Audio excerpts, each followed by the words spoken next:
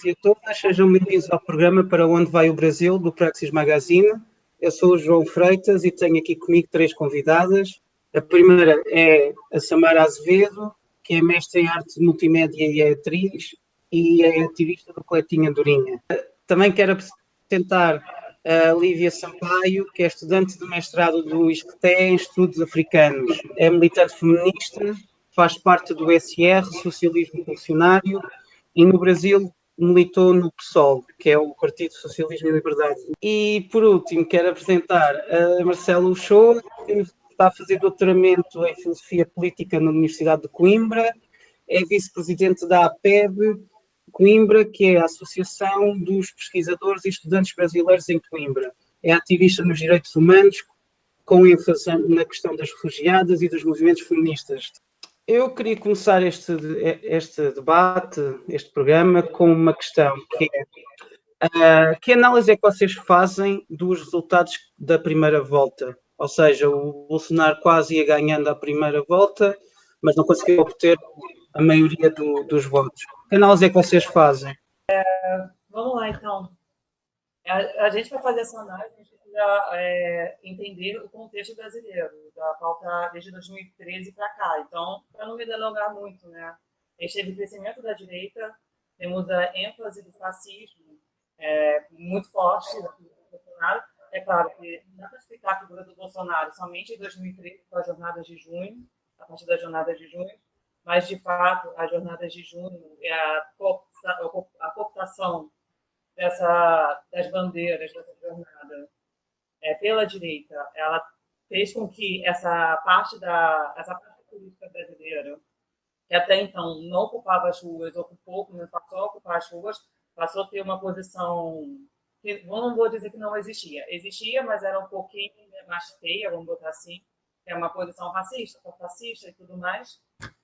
E ela foi tendo cada vez mais voz e a gente está numa situação hoje do qual a gente tem um candidato, Bolsonaro, que está quase a ganhar. E, de uma certa forma, a candidatura do Bolsonaro mostra isso. O Bolsonaro ele apenas se lançou enquanto candidato por causa do Trump. O Trump ganhou, ele viu como uma possibilidade, e a política brasileira já demonstrava mais ou menos isso. E sem falar que temos um período de desacreditalização da política brasileira.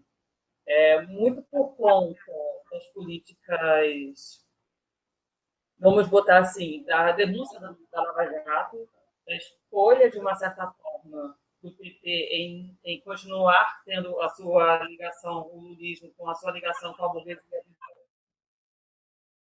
brasileira, e isso de desesperança, a partidarismo que eles têm na grande mídia, que vem circulando e tudo mais. E tudo isso ocasionou nessa quase vitória na primeira volta, né? Quase no primeiro turno. Então, é um assunto muito complexo. Se a gente for falar aqui, a gente precisa de um estudo muito pesado para poder entender essa conjuntura toda. Mas, ao mesmo tempo, e também as coisas são muito evidentes, muito frescas. Não dá para ter um distanciamento estando aqui em Lisboa, em Portugal. A gente está no distanciamento territorial, mas não está no distanciamento nacional. Então, a gente precisa ver isso com mais calma. Essa contribuição que eu tenho por enquanto. Eu queria ouvir aqui as colegas querem falar. Com relação à primeira volta das eleições, eu diria aí que para falar sobre isso é preciso ampliar o contexto, né? Que é entender que essa primeira volta das eleições no Brasil, na verdade, o que antecede a elas é a própria criminalização da política. Na primeira volta, os candidatos, todos eles, a gente pode dizer que eles não apresentavam, de fato, caminhos razoáveis. A gente tinha a direita neoliberal do Geraldo Alckmin, né, falando aqui dos principais candidatos.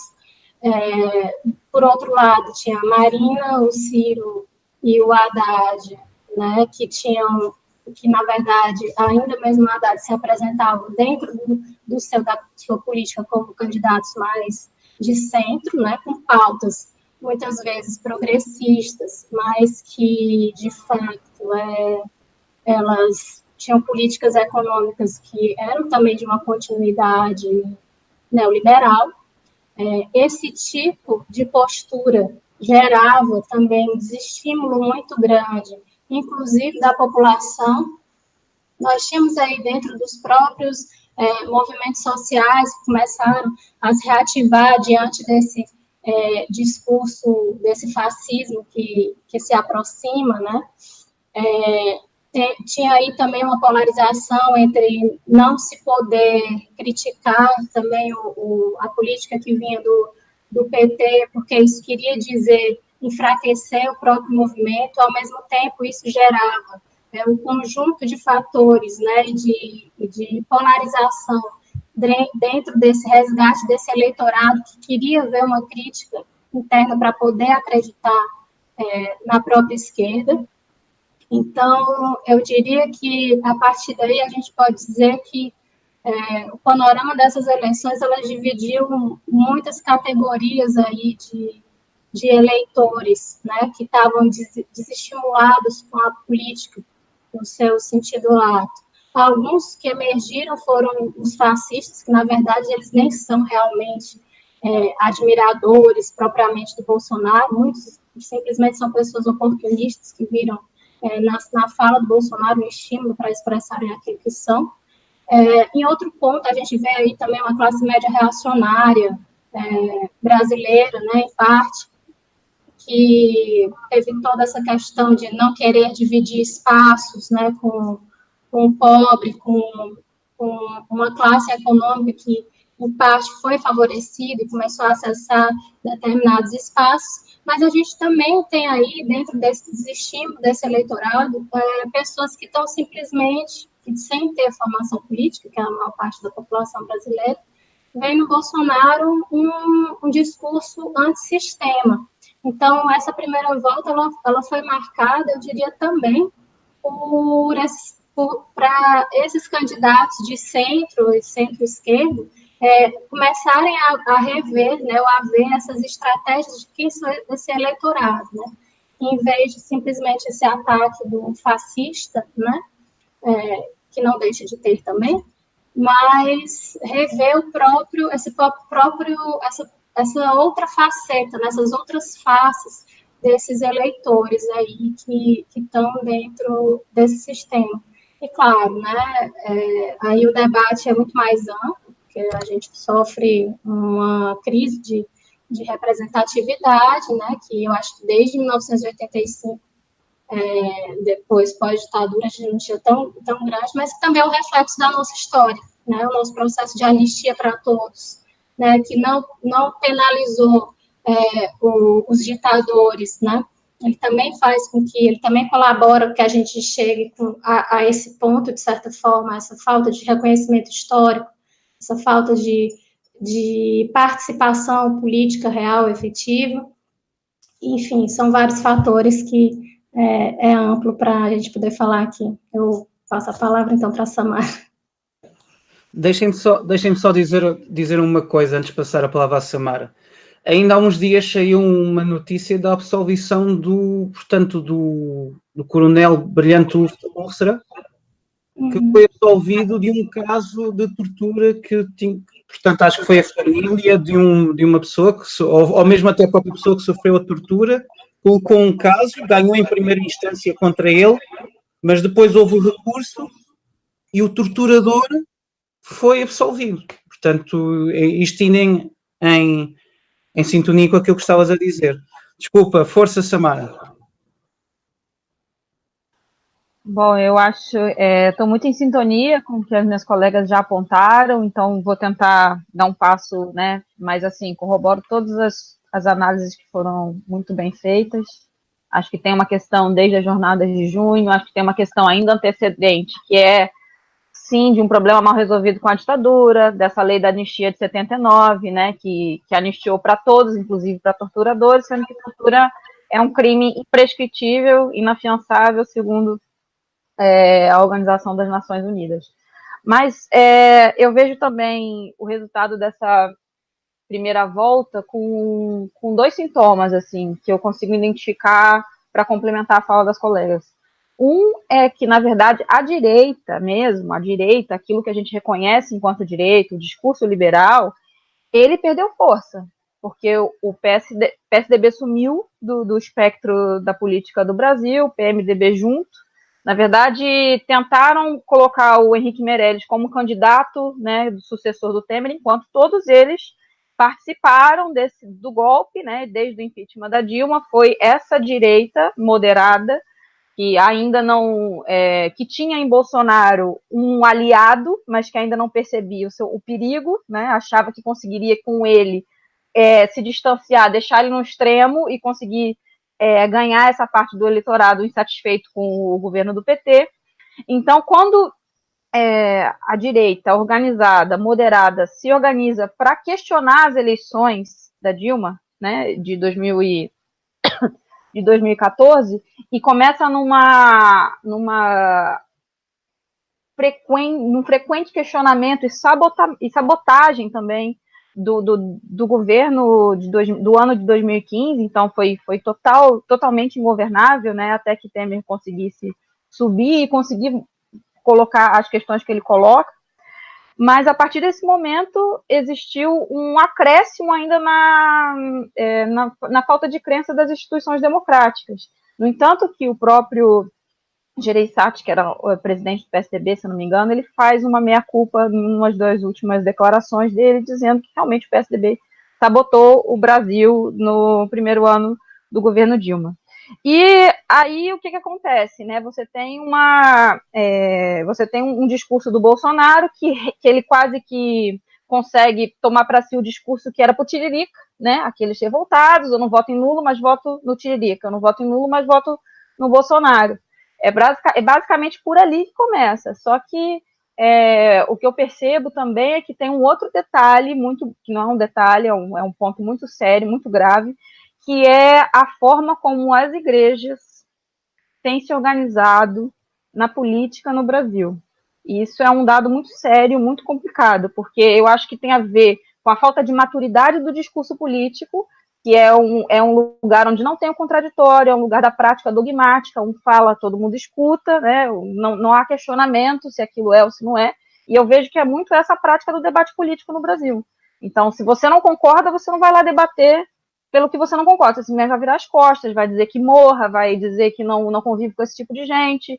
Então, essa prática do discurso do ódio, ela tem, sim, uma responsabilidade, para mim, quando a educação de base ela não dava conta de resolver certas questões, ela transfere essa responsabilidade, ou essa responsabilidade é tomada pela influência das igrejas. E por que eu estou dizendo isso? A gente tem um caso concreto no Rio de Janeiro, né, que 5 dias antes da eleição, para governador, um absoluto desconhecido, que é o Wilson Witzel, que é um completo louco, que a única coisa que ele fez de relevante foi rasgar a placa da Marielle, né? Ele consegue chegar no primeiro turno como primeiro colocado, porque declarou apoio ao Bolsonaro, mas porque também recebeu apoio das igrejas evangélicas. E aí eu também, é claro, eu não estou falando de todas, não estou questionando a questão da religiosidade da fé, mas dessa organização religiosa que tenta influenciar nas decisões, que tenta tomar o poder no Brasil.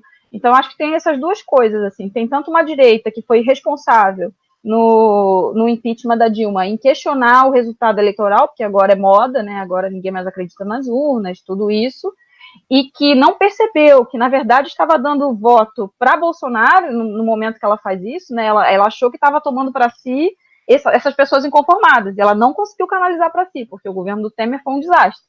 E tem também um advento da forma de controle que as igrejas evangélicas têm no Brasil. Não estou dizendo que são só esses dois aspectos, mas, assim, queria dar uma contribuição para não repetir minhas colegas. Então, acho que por aí dá para pensar alguma coisa também. É o caso do Edir Macedo, por exemplo, não é? Que ele apelou diretamente o voto no Bolsonaro. Mas também eu queria pegar numa questão e depois também saber a vossa opinião sobre ela, que é a dispersão que houve entre as sondagens que estavam a ser feitas e depois os resultados finais. Porque nenhuma sondagem quase acertou. Ou seja, por exemplo, em São Paulo, o Suplicy quase que ia ser quase certeza que ia ser eleito senador, não foi eleito. A Samara estava a falar do caso do Witzel, não é? Que não aparecia, ficou em primeiro lugar, vai à segunda volta, não é? Com uma grande vantagem sobre o Eduardo Paes, não é? Eu queria saber qual é que era a vossa opinião sobre o que é que aconteceu para ter havido essa grande diferença abismal, digamos assim. Posso começar, já que eu fui a última.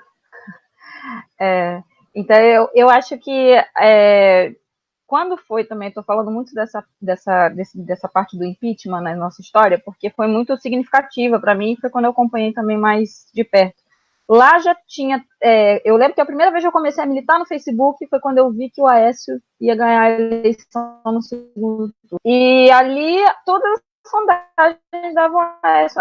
Acho que tem algumas questões. Uma delas é a localização dessas sondagens. As sondagens são feitas em São Paulo, no Rio de Janeiro, né? Você tem um país imenso e que é muito complicado. No entanto, que quem conseguiu salvar a gente do desastre de ter Bolsonaro no primeiro turno foi o Nordeste, né? Foram estados específicos, uma região específica do Brasil, das outras 5 regiões que nós temos.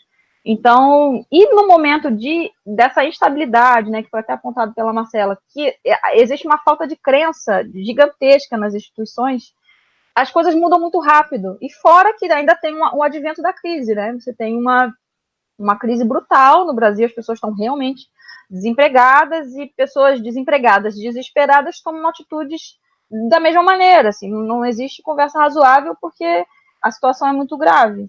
Então, eu acho que essa mudança constante reflete a realidade que a gente está vivendo lá, né? Está vivendo lá e que, de certa maneira, chega aqui também, né? Que existe a polarização que já foi apontada, mas existe também uma mudança de vontade de acordo com uma notícia falsa, que também é um outro aspecto dessa eleição, a quantidade de fake news, né, a atual denúncia feita contra Bolsonaro, que está por trás de um esquema de pulverização de fake news.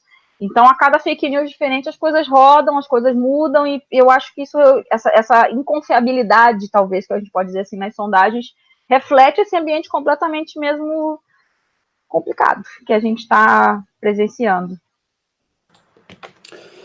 Marcela, qual é que é a tua opinião? Com a Samara, né, endossando, eu acho que, em parte, nós subestimamos, de certa forma, né, o Brasil subestimou, a esquerda subestimou os fake news, as mídias, né, e isso, a falta de organização mesmo, com relação ao que podia acontecer. Eu lembro que, entre colegas, que eu também fui filiada ao PSOL, quando estava no Brasil, o PSOL do Ceará, que é o estado que eu venho, e eu lembro que, assim, sabia-se, falava-se que o Bolsonaro teria uma força nas primeiras eleições, mas, na primeira volta, mas ninguém imaginava que seria dessa forma, né, que foi até um certo momento, né? Então, foi subestimado exatamente esse poder que estava aí, exatamente por meio dessas mídias, de WhatsApp, né, de redes sociais. E essas eleições, elas foram marcadas por esse discurso em rede. Isso também chama a atenção de uma coisa bem interessante, que é porque muitas vezes o pensamento de uma certa elite intelectual, e digo elite não no sentido econômico só propriamente, mas, como eu disse aqui, intelectual, no sentido de achar, de menosprezar esses meios de comunicação, sabe? Isso é bobagem, Facebook, ativista de Facebook, não sei o que as pessoas falavam, e hoje está aí, foi feito o inverso exatamente pelos anti-ativistas de Facebook, se é que eu posso usar essa palavra, enfim, antidemocráticos, né, de democracia, enfim, e houve essa subestimação e também, eu acho que uma vaidade, de certa forma, nossa, desses grupos que também movimentam, né, e esses movimentos sociais e se organizam com relação a isso. Não que eu acho que a gente tem que focalizar a política só nisso, mudar essa organização social, que ela vai ser só dessa maneira, porque eu acho que uma movimentação social verdadeiramente baseada em movimentos sociais de esquerda, ela tem que ser ativa e não só de discurso, Isso engloba, claro, muitas coisas, porque ela é envolvida numa prática, e não só num discurso de ódio. Isso é algo muito mais amplo, óbvio, mas a gente também não deve menosprezar essas artimanhas que existem por aí. E, inclusive, com relação a fake news, a cooptação de pessoas, principalmente a cooptação de pessoas que não são apenas essas que, de antemão, como se já quer dizer, já são fascistas. Não, as notícias pouco importam. Na verdade, eles só querem uma desculpa para expressar o seu ódio, mas principalmente sobre as pessoas desinformadas, pessoas também que são simples, que são pessoas trabalhadores, né? E que, por essa desinformação e por sequer ter tempo mesmo para poder se informar, né, elas estão aí inundadas dessa avalanche de notícias, né, cheios de notícias, principalmente de um cunho muito moralista, muito moral. Então, tem pessoas aí repetindo, não voto no Haddad porque ele é abortista, assim, são discursos que eles vêm muito pouco problematizados, né, sem uma problematização real e gera uma repetição em massa. Mas aí eu volto ao que eu falei no começo. Diagnosticar isso é ver que descentralizar isso só do Brasil também é importante para a gente ver que esses movimentos acontecem sempre. Por isso que eu quis enfatizar essa questão do nosso problema, da nossa falta de memória, né? Da nossa anistia, né, que representa essa falta de memória, isso é sempre problemático, porque em toda a história, não é a história do Brasil, não, é a história da democracia, da humanidade mesmo. Isso é sempre um fator que ele se repete, né, quando você não tem memória, você repete, reproduz os mesmos erros, e aí a gente retoma a esse ponto. E é uma característica típica também dessa crise também que a gente vive do capitalismo semiperiférico, que é o que abrange essa falta de sentido da política que a gente vive hoje. Lívia. Ok. Primeiro peço desculpas que minha ligação caiu, estão me ouvindo? Sim, perfeitamente. Então, o que eu estava falando, eu não sei se a Samara falou, mas eu peguei uma parte da Marcela. De uma certa forma, eu concordo em parte com ela quando ela fala que de uma certa forma, a elite intelectual, ela subestimou, de uma certa forma, o poder das outras mídias. Eu acho que, realmente, a elite intelectual, ela subestimou, porque a elite intelectual ela tem essa característica de ser retórica. Retórica não, retrógrada. Ela não consegue ver além ela demora para ver, para falar a verdade, das evoluções que a gente tem das comunicações, e isso é grave, muito grave, e isso mostra um processo de um engessamento dentro da intelectualidade brasileira, das academias brasileiras, que agora passou por uma renovação, porque a gente está tendo abertura para pessoas mais populares que não tinham acesso à academia, isso é um fato. Ainda é pouco, mas a gente precisa realmente mudar, é um processo. Mas eu acho que, também acrescentando o que a Marcela falou, eu acho que também, de uma certa forma, essa disparidade entre as soldagens e os resultados, ele se deu muito mais com uma certa doutrinação que a gente teve dentro dos espaços da igreja, como a Samara falou, porque esse discurso muito fácil, moralista, ele é muito repetido e ele é fácil de absorção, principalmente quando ele é repetido nos grandes centros religiosos. E não tem, de uma certa forma, um debate sobre isso. Quando a gente fala de aborto, parece que a gente está falando de um pecado muito grande, e pecado não se discute, porque é assunto de igreja. Enquanto, na verdade, não, é um assunto terreno, é um assunto nosso, é um assunto que diz a vida das mulheres. E é extremamente difícil você chegar a isso, porque a grande parte da sociedade brasileira, ela é uma sociedade extremamente religiosa. E, de uma certa forma, os órgãos de pesquisa, eles representam uma realidade, mas não é a realidade. Então, eu acho que não é, de uma certa forma, uma surpresa. A gente teve outras eleições, eu posso procurar mais dados, enfim, em que os dados de pesquisas davam uma vitória a um candidato, enquanto a gente teve uma surpresa para o outro. Isso é apenas uma soldagem, isso é apenas uma perspectiva. É importante a gente ter essa perspectiva? Mas, ao mesmo tempo, a gente tem que contar com vários fatores. O Brasil é um país muito grande, são várias regiões, são vários Brasis, e esses órgãos de pesquisa não têm a capacidade de abranger tudo. A gente até brinca, eu nunca fui entrevistado pelo IBGE, é uma frase, né? Mas esse é um fato, é apenas uma amostra. Ao mesmo tempo, a gente tem a questão da própria eleição, de uma certa forma, a segunda volta do governo do Rio de Janeiro, de um candidato que ninguém conhecia, porque conseguiu um apoio do candidato fascista e das igrejas, já mostra isso. A gente tem que contar com resultado surpresa. A gente tem que contar com uma situação que pode mudar o jogo de uma hora para outra. Isso é muito comum, principalmente quando a gente está falando da área da internet, porque a Marcela falou do poder das mídias sociais, do WhatsApp, do Facebook, principalmente para espalhar fake news. Então, isso é um fator extremamente importante, porque esse agora, no século XXI, são fatores que estão determinando eleições, que estão determinando o destino de países. De uma certa forma, a gente viu o caso do Caixa 2 do Bolsonaro, que foi praticamente para gerir redes de fake news, né? E são as fake news que estão fazendo com que o Bolsonaro ele cresça cada vez mais, que ele se coloca como um candidato da verdade, o candidato do moralismo, o candidato que não tem nada a ver com a política, que aí está, apesar de estar na política desde o fim da ditadura militar. E esse não fechamento da ditadura militar, que no Brasil a gente não seguiu o exemplo da Argentina, que na Argentina até hoje tem julgamento.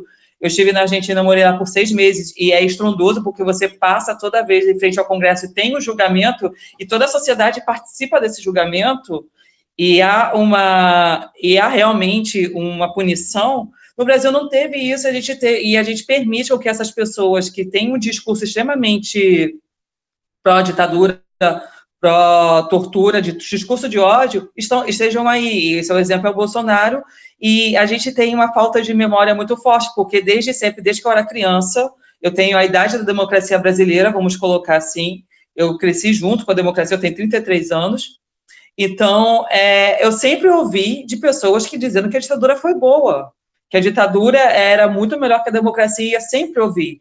Então, a gente tem essa questão da falta de memória também. Então, a realidade brasileira, ela como eu falei no início, ela é muito mais complexa. A gente pode fazer pesquisas e mais pesquisas e mais pesquisas, que a gente não vai conseguir chegar no resultado real. E, mesmo assim, se eu não me engano, a última sondagem do IBGE ou do Datafolha, eu não me lembro, ele dava, de uma certa forma, o segundo turno sempre para o Bolsonaro. Então, não é uma grande surpresa. A surpresa foi ele estar em primeiro lugar. Então, uma política, a política brasileira, ela tem suas, acho que a política de qualquer lugar do mundo tem suas complexidades e cabe a gente aqui debatê-las e procurar entender melhor, né? E indo agora para o tema das fake news, se olharmos para a segunda volta, digamos assim, a campanha está a ser marcada por dois assuntos. O primeiro é a própria denúncia que foi feita pelo Jornal de São Paulo, pela Folha de São Paulo, de Caixa 2, do Bolsonaro, e o facto também do Bolsonaro ter autorização médica para ir a debates e ele se recusar a fazer debates com o Haddad. Portanto, a minha pergunta seria como é que vocês veem estes dois pontos e como é que veem também a campanha que está a ser feita em geral, já não é só o Haddad, porque também o PDT e o PSOL decidiram apoiar o Haddad. Então eu queria saber o que é que vocês acham sobre isso. Lívia, se quiseres começar. Vamos lá, então. Eu tenho que enfatizar um ponto muito importante. Há menos de 2 anos atrás, o prefeito do Rio de Janeiro, Crivella, ganhou sem ir nenhum debate em televisão. Então, não ir ao debate, o Bolsonaro sabe que o fraco dele é o debate. Esses são pessoas que não estão preparadas ao debate, sabem que vão perder. não tem um discurso, não tem uma retórica para o debate que possa ganhar eleitores. Ao contrário, eles podem perder eleitores. Então, a escolha de não ir ao debate é uma escolha muito inteligente para eles.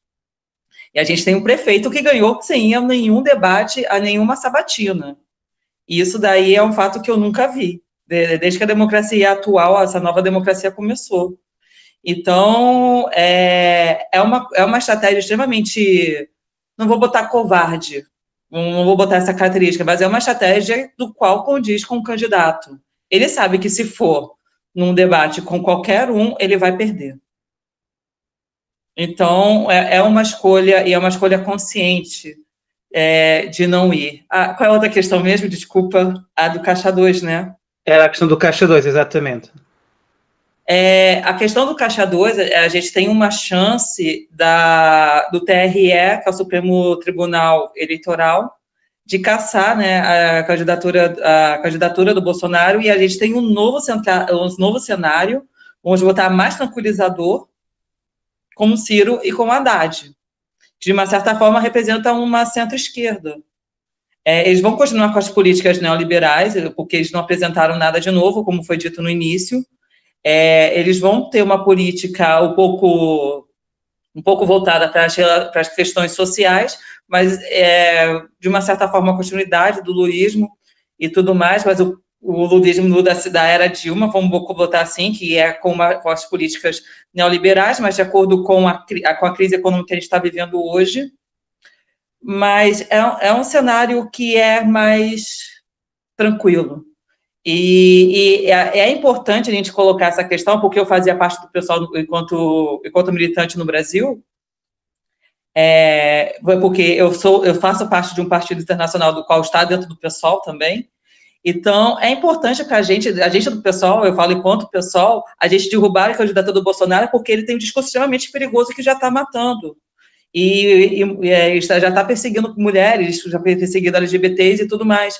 E a gente precisa derrubar essa candidatura, a gente precisa entrar com força, não é apenas para ter um candidato, o pessoal não vai ter um candidato, o Boulos não conseguiu ir, o candidato vai ser o Ciro. Mas a gente precisa mostrar que esse discurso ele não é válido, que esse discurso ele é falso e a gente precisa afastar esse perigo. Eu acho que a grande questão dos partidos agora, a defesa da democracia é derrubar essa candidatura. Então, a gente precisa realmente ver com que essa denúncia ela seja investigada e que essa candidatura caia de uma vez por todas, porque não há espaço da democracia real, de fato, que tenha um discurso fascista, que tenha um discurso de ódio. Então, é uma defesa de uma democracia muito nova que pode terminar em menos em 3 décadas. Então, a gente precisa de todos os meios legais, de todos os meios jurídicos, tentar derrubar, e isso daí é uma chance que a gente tem nas mãos. Precisamos ir a fundo nesse processo.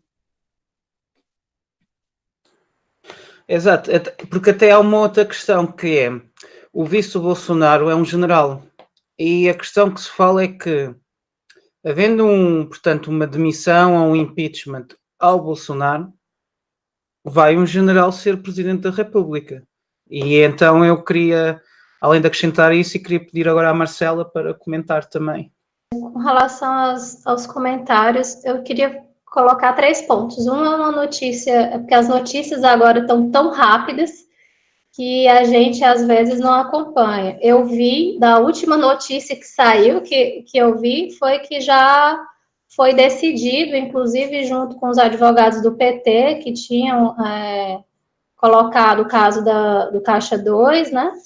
Que já tinha saído a resolução, um acordão aí que ia se manter a candidatura e que, em caso, depois, né, das eleições, poderia haver aí, porventura, uma anulação, enfim, da chapa do Bolsonaro. Mas, para agora, pelas últimas notícias que eu vi, não vai acontecer, né? Mas aí é um caso de também se ver, como eu disse, as notícias estão tão aceleradas e tudo acontecendo tão rápido, mas foram as últimas informações que eu tive. Então, pessoalmente, eu realmente achava bem provável que essa cassação fosse feita, por um ponto principal também, o próprio PT também, né, as pessoas também estão com medo dessa onda de violência que está acontecendo, então, às vezes, parece mais fácil ceder e conseguir isso na justiça depois, em parte, do que ir para um confronto direto agora e o medo do que isso poderia gerar. Isso também é uma colocação aqui que eu deixo no ar, né?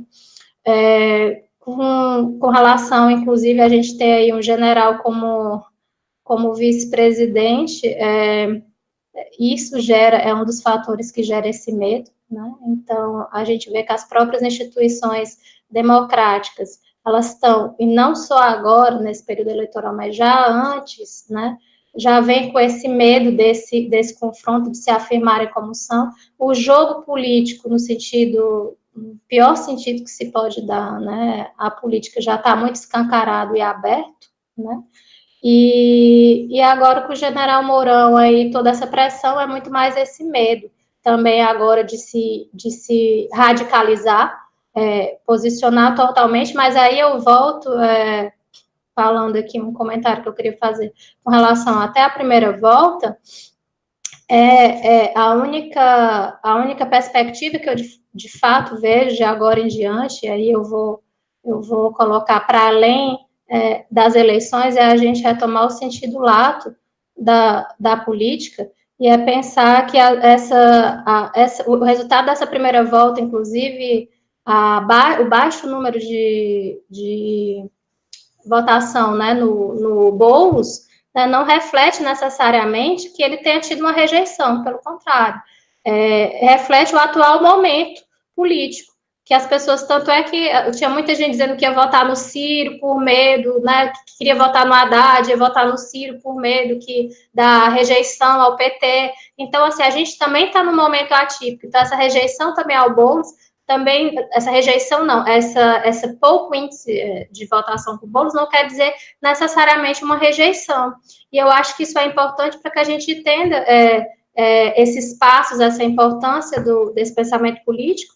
E digo mais, isso tão é fato que a gente viu também um crescimento no número de candidatos aí advindos de movimentos sociais, né? Principalmente também vindos do PSOL. O Rio de Janeiro teve aí um crescimento grande, principalmente o Sudeste, e é importante dizer isso, porque a nossa fala também, muitas vezes, desestimulante, desacreditada na política, ela também não reflete o que está também acontecendo no país e a luta dessas pessoas. À medida que a gente silencia e cala elas, né, a gente enfraquece todo esse movimento aí que está acontecendo. Ele é forte, ele é um movimento de luta, certo? E ele continua para além desse sistema eleitoral, né? E retomo realmente o que eu falei, a compreensão da política para além disso. Eu acho que o que a gente leva, principalmente daqui para frente, fora todo esse aprendizado que é de novas mídias, de como se locomover, né, em relação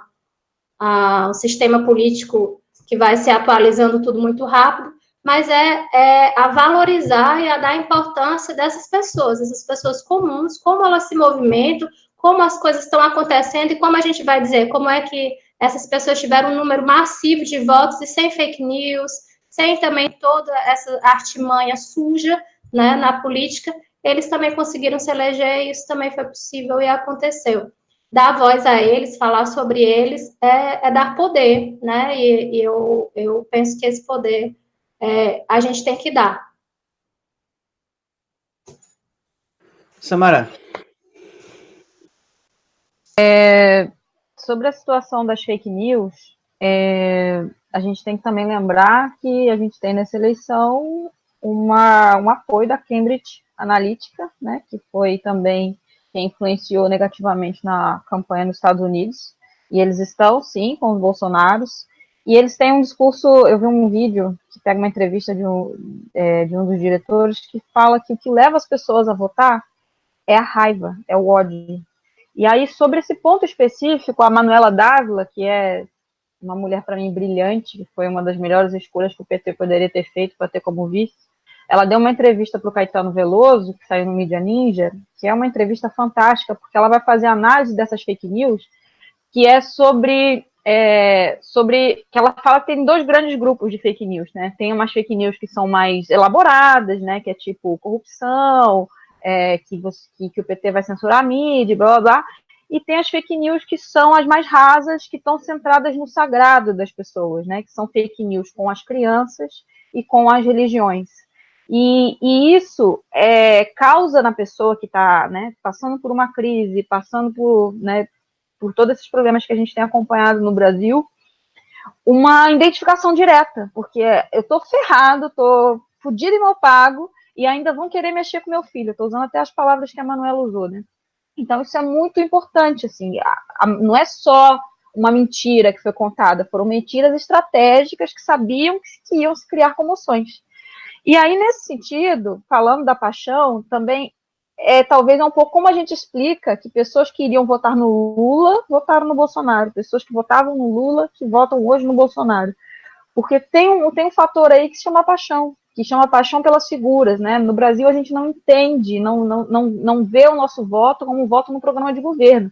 Programa de governo é uma coisa que tem que ser discutida agora, pelo que eu me lembro, assim, ninguém falava sobre isso amplamente, né? Que a proposta se falava como liberalismo, mas algo muito abstrato. Hoje em dia, que a gente fala que lê o texto do programa de governo, que tem vídeos discutindo os programas de governo, mas isso não era algo ampliado. A gente votava em figuras, votamos em pessoas, votamos no nome das pessoas.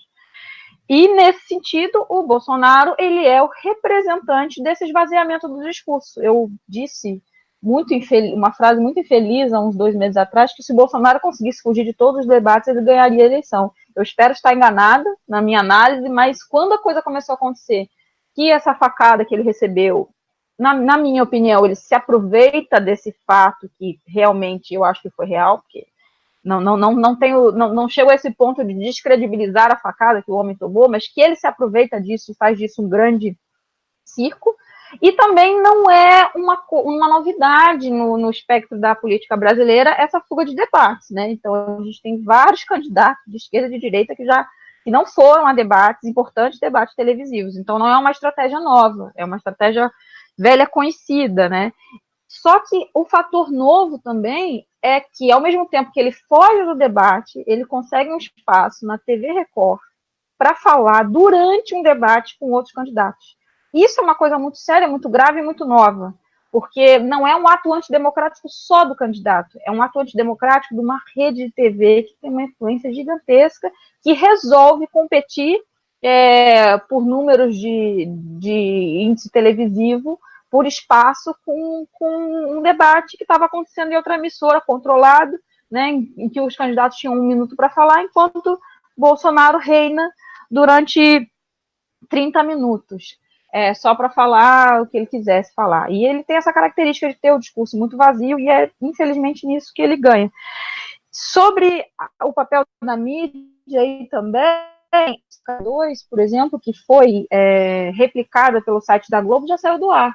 Então, a gente também tem um silenciamento da mídia, e eu não acho que essa história do Caixa 2 vai ser levada à frente, porque eu não acho que a gente consiga força nas instituições democráticas, que assim ainda se dizem, né? No caso, nem na mídia, nem na justiça, não acho que a gente consiga apoio, acho que talvez ela funcione mais como um dispositivo para tentar conseguir votos ainda para o nosso lado, de mostrar a incoerência do candidato, do que realmente, efetivamente, a gente conseguir alguma vitória na justiça.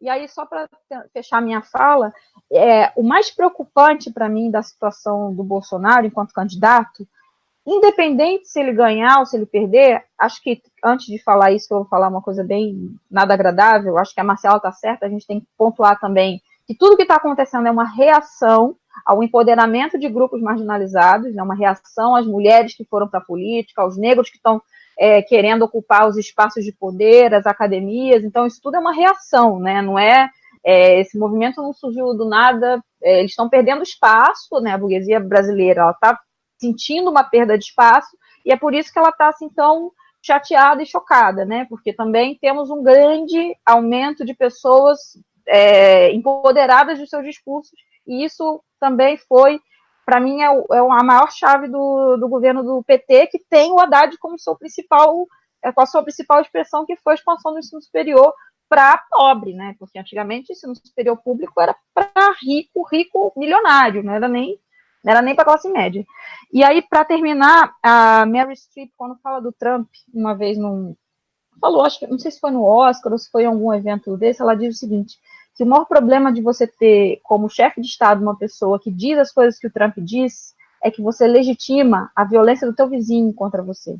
E é nesse sentido que a gente tem uma luta perdida de décadas, porque já não era mais permitido no ambiente social fazer piada pejorativa com o negro, assim, já era uma coisa, não é que não acontecia, veja bem, não estou querendo relativizar isso, mas já tinha diminuído com expressividade, porque meus avós faziam piadas infelizes, mas os meus colegas já não era uma coisa assim muito bem vista num bar, você não fazia mais essas coisas.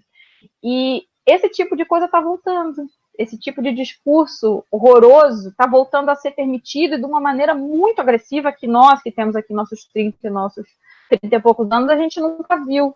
E é isso que eu acho que é a nossa luta que está perdida e que vai precisar de muitas décadas para a gente recuperar, porque, sinceramente, eu não vejo, com o final dessas eleições, se forem positivas, se forem menos piores para a gente, eu não vejo com grandes otimismos os anos daqui para frente, infelizmente. Acho que a gente tem muito trabalho pela frente, e isso não quer dizer que a gente tem que se calar e ficar quieto, quer dizer o contrário, que tem muito trabalho pela frente, tem muita gente conseguindo espaço, que a gente tem que lutar mais e mais ainda, porque a luta vai ficar mais acirrada. Exatamente. Por acaso, há um pormenor curioso, não é? Que o Bolsonaro dá uma entrevista na Record, que tu falaste, Samara, e quem é que é o presidente da Record, o dono da Record? Edir Macedo. Curiosamente faz o apelo ao Bolsonaro, ao voto ao Bolsonaro. E aproveitando a boleia, que futuro é que vamos ter depois das eleições? Ou seja, o que é que nós, independentemente da vitória ou do Bolsonaro ou do Haddad, que futuro é que podemos esperar? Se calhar agora ia sugerir que começasse a Marcela, que ela foi a única que não começou ainda, por isso...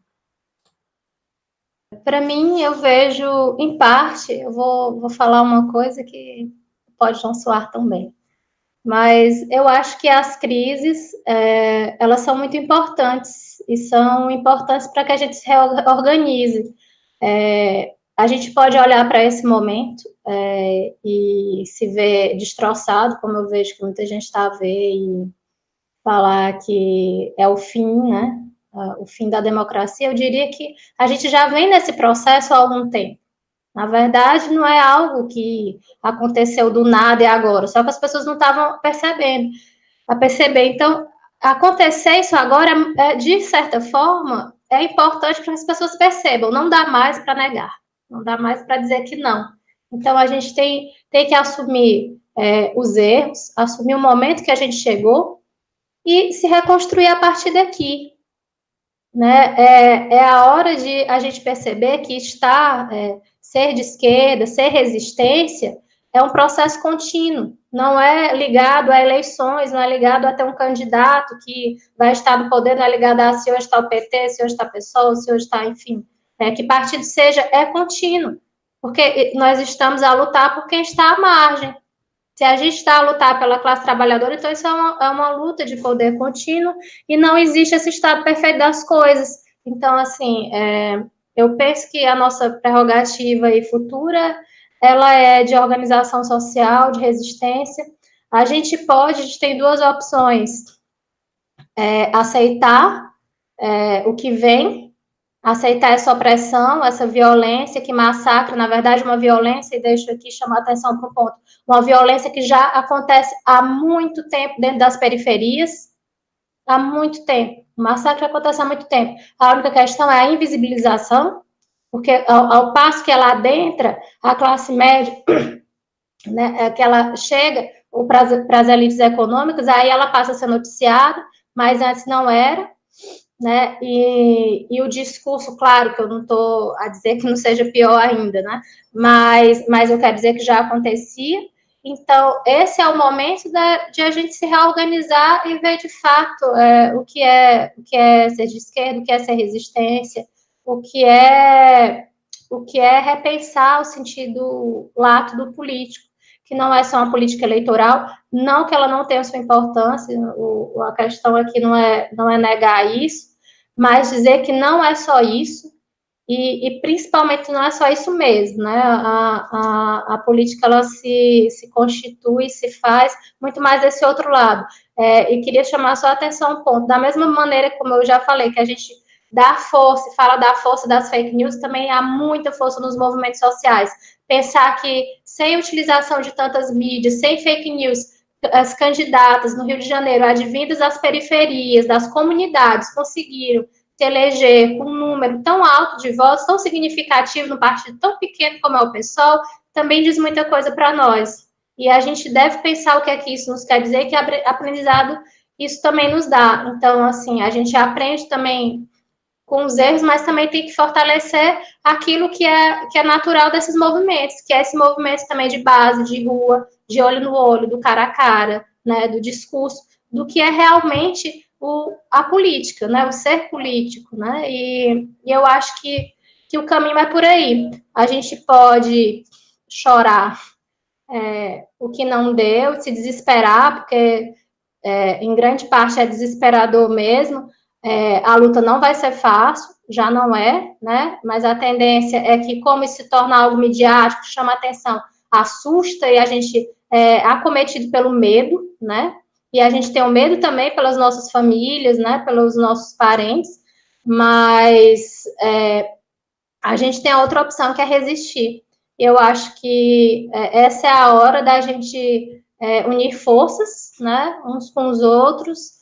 E fico muito feliz e faço dessa união de força, fico muito feliz com o que eu vi aqui hoje de cada um de vocês e dá exatamente esse sentimento de que não estamos sós, né? Não estamos sozinhos, de que é possível reconstruir. Ouvindo a fala de cada um de vocês, é possível sim, porque vocês representam também a voz de, com certeza, muitas outras pessoas. O problema que falta para a gente é a escuta, né? A gente ouvir também. E se ouvir, né, se rearticular, que é isso que eu falo, a gente se sente muito sozinho, né, sozinho nós não somos ninguém, mas juntos a gente é aí uma grande força, e é essa a minha mensagem aí, da minha perspectiva futura. Eu, antes de passar a palavra à Lívia, eu queria dizer uma coisa, que é, independentemente do resultado na segunda volta, aquilo que é certo é que vai haver um congresso mais reacionário do que o que saiu de 2014. Por isso, vai ser muito complicado, ou seja, esperar alguma coisa que seja daquele congresso, porque o PSL, acho que tinha um deputado, não é? Agora tem 50 e poucos deputados. Por isso, eu não vejo... Eu aí concordo com a resistência que deve ser feita nas ruas, eu concordo com isso. Lívia. Continuando a fala da Marcela, depois vou pegar um gancho da sua fala, João. Eu acho que uma coisa que eu aprendi da minha militância, são quase 10 anos, é que ser da esquerda é ser resistência. A gente nunca desiste. Porque se a gente desistir, a gente não seria mais de esquerda. A gente luta o tempo todo. E é uma luta constante que vai além do espaço da política, vai também até no espaço pessoal. Porque quando você se torna feminista, quando você se torna uma militante antirracista e tudo mais, você tem um embate constante com suas famílias, com seus companheiros e tudo mais. Então, é resistência. E uma coisa que a morte da Marielle mostrou pra gente, principalmente para mim, que foi a primeira companheira que eu perdi mesmo de luta, apesar de ele sofrer ameaças e tudo mais, era constante isso, é que pra gente, verbo, luto não é um adjetivo, sabe? Não é um estado, é uma luta, é o luto, é um verbo. Então, a gente não tem nem tempo disso, de sentir medo, a gente tem que lutar sempre, sempre, sempre. Então, a gente precisa realmente fazer uma autocrítica, a esquerda precisa fazer uma autocrítica, e a gente está no espaço dos movimentos sociais, que eu estive nesses dois espaços dentro do Brasil. Eu estive na periferia do Rio de Janeiro, atuando enquanto feminista, e eu estive também na periferia do Rio de Janeiro, atuando enquanto pessoal. Essa articulação do movimento social com o partido é muito difícil de fazer, e a gente não tem autocrítica dentro do partido em relação a isso. Então, a gente precisa dessa autocrítica, a gente precisa saber, porque os movimentos sociais, desde a redemocratização do Brasil, ele vem crescendo há mais de 30 anos, ele vem crescendo, vem ocupando os espaços. A gente tem que lembrar que as políticas do PT, de uma certa forma, a questão das cotas, a questão da remodernização das universidades públicas e tudo mais, da sua ampliação, eu tenho muitas críticas, mas é fato que foi ampliado. Eu entrei na universidade pública por causa dessa ampliação, não foi nem por causa das cotas, mas porque eu entrei antes das cotas, mas foi por causa dessa ampliação, senão não estaria aqui fazendo meu mestrado.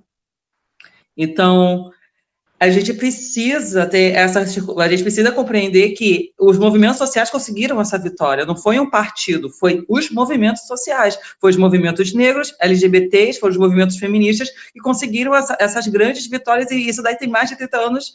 Isso aí, até antes da ditadura militar, esses movimentos sociais estão aí lutando por esses direitos. Então, se a gente está num cenário do qual a gente, se eu não me engano, acho que a gente tinha menos de 6 deputados federais do PSOL, agora a gente está com 10, e ser da maior parte de mulheres negras, devido a isso é um acerto do PSOL, devido ao investimento do partido nas candidaturas das mulheres negras, isso é extremamente importante.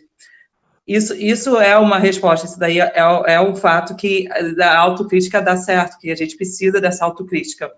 E também, como foi dito, a gente precisa da esquerda ela fazer essa autocrítica, incluindo o PT. Porque aí vou chegar num outro ponto. Se o Haddad ganhar, a gente está numa conjuntura governamental que não pode... Qual vai ser a governabilidade dele? É essa questão que eu estou a pensar o tempo todo. Se ele ganhar, a gente tem, como o João falou, a gente tem nessas eleições, por incrível que pareça, a gente conseguiu um cenário mais conservador, uma Câmara mais conservadora do que das últimas eleições, que eu achava que era impossível. Mas a gente conseguiu, mas mostrou isso, a gente tem uma Câmara extremamente conservadora, as duas câmaras.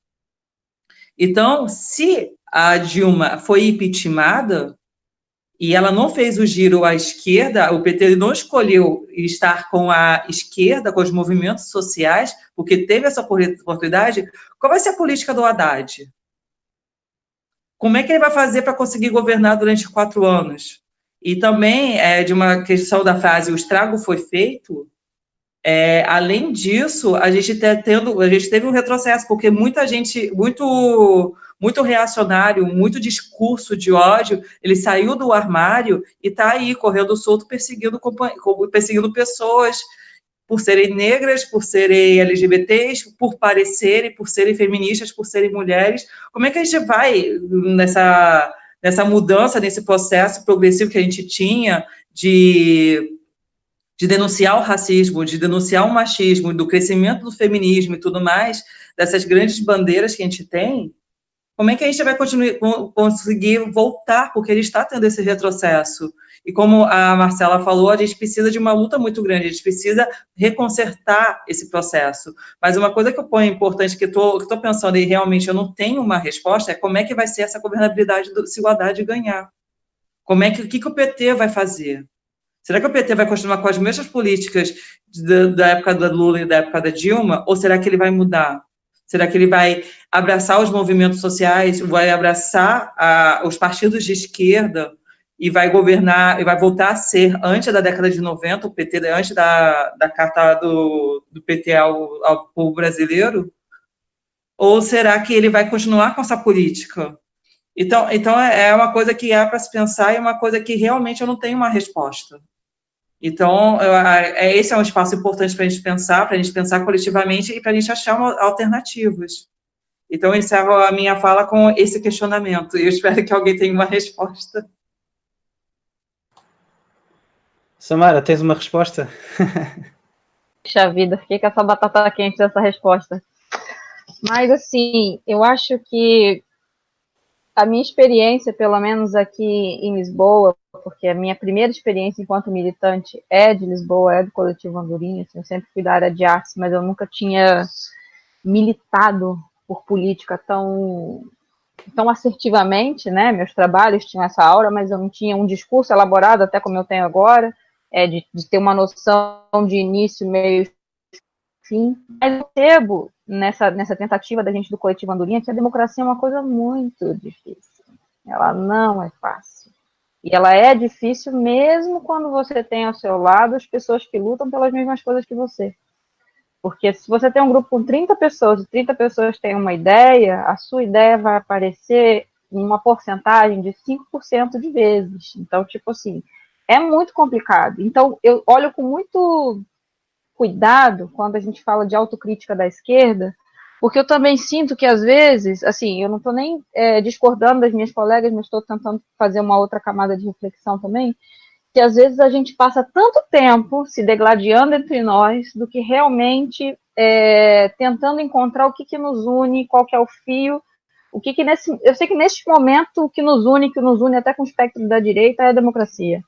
Mas tudo bem, tentando retroceder um pouco, o que de fato nos faz estar no mesmo espaço, no mesmo espectro. E é muito complicado porque eu vejo que às vezes aqui com grupos pequenos de pessoas, todos de esquerda, a gente às vezes não consegue sair do plano das ideias e ter uma ação efetiva. Então, isso tudo para dizer o quê? Que mesmo se o Haddad ganhar, se eu não consigo dar uma resposta muito otimista para isso, eu acho que a governabilidade dele vai ser quase inexistente, vai ser muito difícil, muito complicado, ele vai ter que ceder em muitos pontos se ele quiser conseguir mover um espaço. Agora, a questão é no que é que ele vai resolver ceder. Acho que o Haddad também tem uma experiência enquanto professor. Acho que foi a melhor escolha que o PT podia ter feito também, acho que a única possível era o Haddad. Ele é um cara, para mim, na minha perspectiva, brilhante, e vou ter que usar até uma fala do João Dória, o Haddad é maior até do que o PT. Né, nesse momento a gente usa até as falas dos lados de lá, né, para tentar perceber o momento de tão maluco que ele é. Mas ele vai ter que ter uma habilidade gigante para agradar gregos e troianos e para manter um mínimo de tranquilidade para passar esses 4 anos, porque realmente, como a Lívia falou, o Congresso está uma desgraça, né? A gente já sabe disso, conseguiu ser pior do que foi o da Dilma. E não vejo muitas boas perspectivas, principalmente porque eu sou de Macaé. Macaé era a capital do petróleo antes da crise do petróleo, enfim. Então, se o Brasil está com 14% de desemprego, minha cidade provavelmente está com 60%. E, assim, 98% dos meus amigos de infância vão votar no Bolsonaro, sabe? Então, é muito complicado lidar com isso. Acho que a gente tem que se distanciar muito de relações afetivas, porque realmente a situação do Brasil hoje, ela é preocupante e eu não sei nem se existe esse verbo, mas ela é adoecedora, porque ela está fazendo a gente ficar doente, e não é uma doença, assim, abstrata, é uma doença física, é o corpo da gente que está padecendo, sabe? E acho que nesse sentido, o nosso papel aqui no exterior é um papel também que vai ganhar um tamanho maior, porque a gente sabe que aqui a gente consegue uma série de coisas que nossos amigos no Brasil, nossos colegas de luta, companheiros de luta, não conseguem, que é poder ir na rua e falar 2 palavras do que pensa e levantar um cartaz. A gente sabe que, por exemplo, o coletivo, todas as vezes que a gente vai para a rua, a gente sabe que se estivesse indo no Brasil, em São Paulo, a gente estaria tomando porrada. Entende? E aqui a gente consegue se organizar, fazer uma imagem, uma foto, consegue um espaço na mídia, consegue interlocução com outros grupos, consegue apoio, consegue pessoas que estão desesperadas como a gente de ver a situação que está acontecendo no Brasil, que também não é uma situação só localizada, né? Ela vem de um levante de fascista no mundo e é preocupante para o mundo a eleição do Brasil, porque é um dos maiores economias do mundo também. Então, eu acho que, e tudo isso que eu falo, eu digo que eu sou uma pessoa pessimista pragmática, é para pensar no seguinte, a merda já está dada, né? O problema já está feito, e a gente tem 2 opções, a gente pode se calar em silêncio com medo, ou a gente pode tentar se manter vivo, porque nesse momento acho que a nossa atuação, a atuação dos grupos de resistência é se manter vivo, é se manter atuando, é se manter falando para tentar manter a sanidade, entende?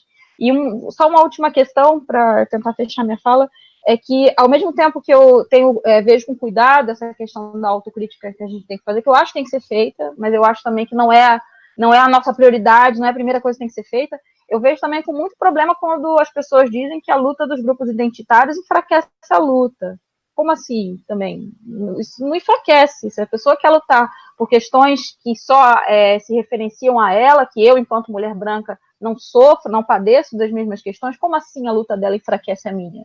É esse tipo de lógica que eu acho que a gente precisa combater dentro da esquerda, mas tentar combater sem acabar com ela, sem romper relações, tentando manter o mínimo de diálogo e de força de... Eu não gosto da palavra união, eu gosto mais da palavra coordenação. Vamos coordenar as nossas ações nesse momento, eu acho que a Marcela até falou sobre isso, vamos se reorganizar, vamos ver quem vai combater o quê, quem vai lutar pelo quê, e que a luta vai ser grande, vai ser complicada, mesmo se a gente conseguir essa pequena vitória, dessa pequena batalha de Haddad chegar à presidência, a guerra ainda está posta, e ela é grande, é comprida, e precisamos de braços. É isso. Ok, então, antes de terminarmos, eu queria perguntar se vocês queriam fazer um último comentário rápido, breve, sobre aquilo que foi dito, ou mesmo para terminar, reflexão. Eu acho que a gente tem que pensar no privilégio que a gente também está olhando tudo isso de fora, sabe? Ao mesmo tempo dói muito a gente não poder estar lá, e estar lá ao lado dos nossos, lutando pelo aquilo que a gente acredita, tentando conseguir o mínimo de vira-voto desse momento, mas a gente também tem que pensar qual que é o nosso papel aqui, agradecer os espaços onde a gente pode falar, espaços que acolham essas visões que a gente tem sobre o Brasil, e também pensar, né, nessa nossa relação como imigrantes aqui em Portugal, e pensar também como esses discursos do Brasil têm chegado aqui, porque infelizmente a gente tem também passado por episódios de agressão e violência em Lisboa. É impensável, inacreditável, mas é real. Assim, eu passei por uma situação também, tive colegas que relataram outras situações com uma mesma pessoa, por exemplo, por a gente expor as nossas ideias. Então, é mais assim, uma tentativa de tentar perceber qual que é o nosso papel fora e agradecer os espaços que a gente tem para falar, que são extremamente importantes, tanto politicamente como afetivamente, assim, e agradecer também a Praxis Magazine nesse momento por mais esse espaço, agradecer a Marcela e a Lívia por essa injeção de ânimo, que eu acho que é o que a gente está mais precisando nesse momento, é acolhimento. Marcela, queria fazer um comentário? Sim, eu queria dizer que criticar, ou seja, eu sou da filosofia, então eu adoro criticar. Repensar. Para mim, a crítica ela não tem que ter um sentido negativo propriamente. Para mim, a crítica é a reconstrução. Não se reconstrói aquilo que não se critica, porque criticar é repensar.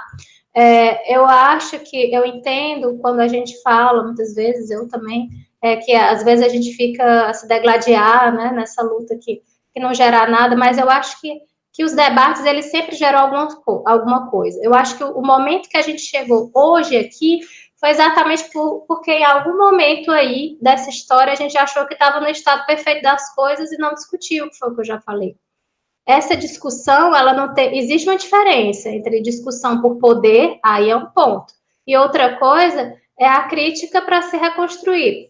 Quanto à crítica ao PT num determinado momento, principalmente agora, eu acho que ela é normal, porque foi normal criticar quem estava no poder. Sempre quem está no poder é mais hábil da crítica. Então, às vezes eu escuto algumas pessoas a falarem, por que que... Mas o pessoal também tem erros e fez tal coisa. Não, com certeza. Eu não duvido que o pessoal tenha erros, ou o PCdoB, ou, enfim. A questão não é essa. A questão é que é natural que quem está ali na vez é que vai ter a crítica. Faz muito pouco sentido a gente, nesse ponto, ter toda a crítica a quem não está. Né? Mas essa crítica ela tem que ser construtiva, que tem que ser feita a partir daí. Perceber quem é que critica simplesmente, que não está objetivamente numa crítica, mas está aí muito mais numa disputa por poder, isso é outra coisa, mas a crítica para se reconstruir o que se quer é necessária. É tão necessária que é aí que a gente ganha esses eleitores, que são pessoas que muitas vezes estão fora do ambiente político, não tem uma politização, e que às vezes não chegam até nós, ao nosso discurso, porque elas não veem crítica.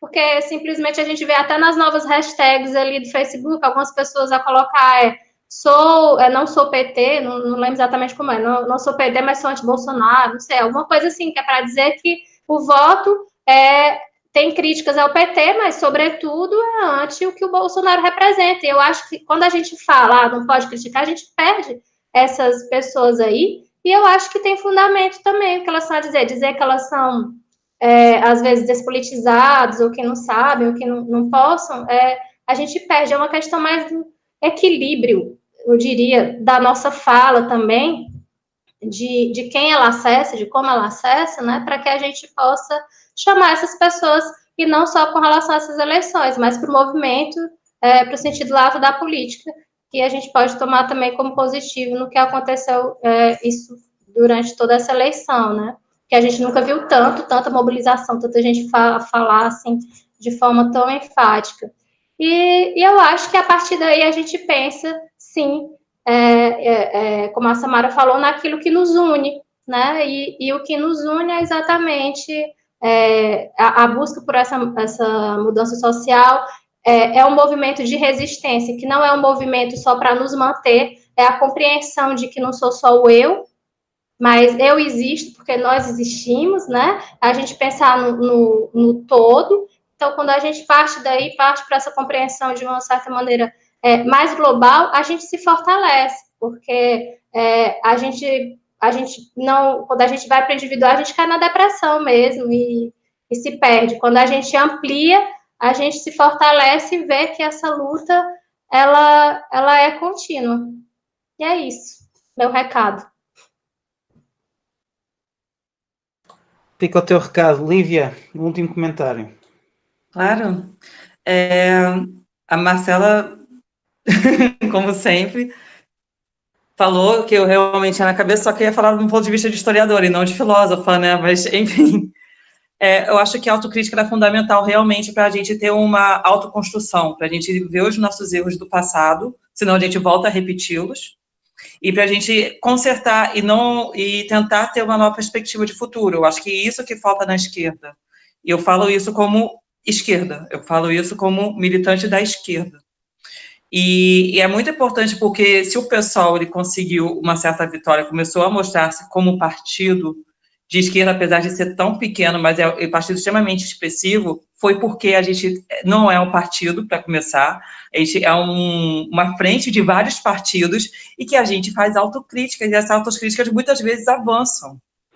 É claro que a gente tem grupos que a gente tem algumas discussões que não dão a nada, que é desgastante, extremamente desgastante, mas a gente também tem muitas discussões que levam a gente ao crescimento, que levam a gente a entender melhor a realidade que a gente está. Porque, bem ou mal, quando a gente está na esquerda, a gente está num habitat completamente diferente, a gente está numa bolha. E é importante a gente ter essa autocrítica de fora dos movimentos sociais, de fora desse nicho que a gente está, e a gente tem a autocrítica do próprio dentro do nosso meio. E isso é extremamente importante. E isso leva ao crescimento. É claro que a gente tem que diferenciar uma crítica que é só por vaidade e por poder e uma autocrítica que é uma ressignificação, um reconhecimento de um erro, uma tentativa de progredir. Eu acho que é isso que diferencia o movimento para se reconstruir e o movimento que é para se autodestruir. Acho que a gente precisa separar essas duas coisas.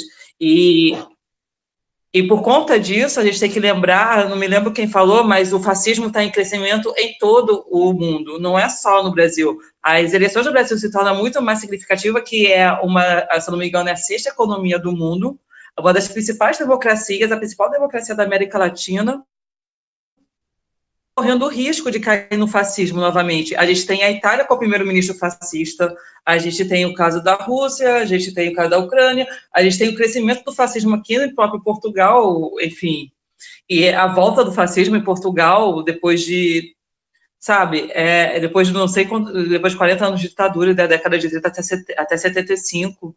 Então, a gente está num período de crise econômica e crise política, do qual o fascismo se torna muito atrativo para grande parte da população e para uma elite. Então, a gente precisa entender esses processos mundiais, a gente precisa entender esses processos de cada país, como Trump chegou ao poder, como, enfim, como cada um chegou ao poder e tentar impedir que mais outros cheguem, porque a nossa luta é uma luta internacional. Porque se o capitalismo é internacional, a nossa luta também é internacional, porque a opressão é internacional. Então, a gente precisa se unificar cada vez mais, tentar entender esses processos. E por isso que eu acho que eu fico muito agradecida por participar desse debate, porque a gente tem 3 pontos de vista que parecem iguais, mas são diferentes, apesar da gente estar no mesmo meio, e isso daí enriquece. Eu confesso que antes desse debate eu estava extremamente cansada, enfraquecida por conta de notícias que eu recebia de amigos e tudo mais, mas caramba, que bom a gente ter assim pessoas fora do nosso nicho que possa discutir isso, que tem soluções que você não tinha pensado, sabe? Que pode te dar resposta para vários questionamentos. Isso é muito bom, isso mostra de qual é importante a gente se reunificar e unificar sempre. Então, a gente não precisa ficar nesse isolamento. E eu saio com grande esperança que se a minha colega é uma pessimista pragmática, eu sou uma otimista pragmática. Eu não consigo me abater, eu acho que é o grande motivo de eu ser socialista, é esse, que eu acredito muito no futuro, se não é para mim, é para meus filhos, e é isso, a gente vai continuar lutando, a gente vai continuar resistindo com as nossas armas que a gente puder, a gente vai lutar juntas e juntos, e é isso, esse é o meu último recado, a gente vai ter que sempre resistir, a gente vai pedir de tudo para o fascismo não assumir o poder, e se ele assumir, a gente vai fazer de tudo para derrubá-lo. E a gente não vai descansar até conseguir um mundo sem opressões. Eu acho que é esse o recado que eu tenho, e obrigada por esse espaço. Pronto, e para terminar o debate, queria pegar naquilo que a Lívia disse, que é verdade. A resistência é internacional e é por isso que estamos aqui do outro lado a resistir, e vamos continuar a resistir, independentemente de qualquer resultado que seja, porque a resistência é necessária. Em meu nome e em nome do Praxis Magazine, queria-vos agradecer por terem participado no debate e agradecer também a quem nos esteve a ouvir. Muito obrigado e até à próxima.